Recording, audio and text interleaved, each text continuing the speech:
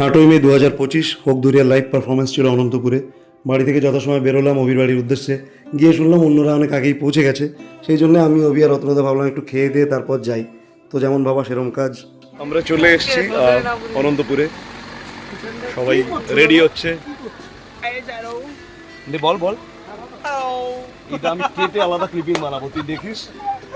এই ক্লিপস আমি আলাদা যদি না বানাইছি। দেহের ভিতর আছে একটা পানিতে লাহার চাপা, সেখানে বাবায় চাপিয়ে আছে।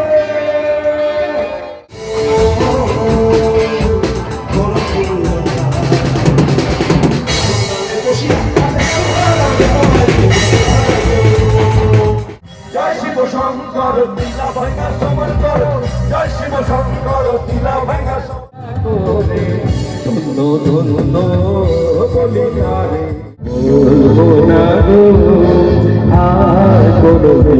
গরমকালে স্টেজ পারফরমেন্স করাটা যে কতটা কষ্টকর সেটা শুধুমাত্র একজন পারফর্মারই জানে, কিন্তু অর্গানাইজার সেটা বুঝবে না।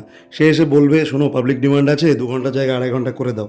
ওদিকে এক্সট্রা টাইমের জন্য এক্সট্রা টাকা ডিমান্ড করলে বলবে সেটা আবার কি, মতলব কুছবি।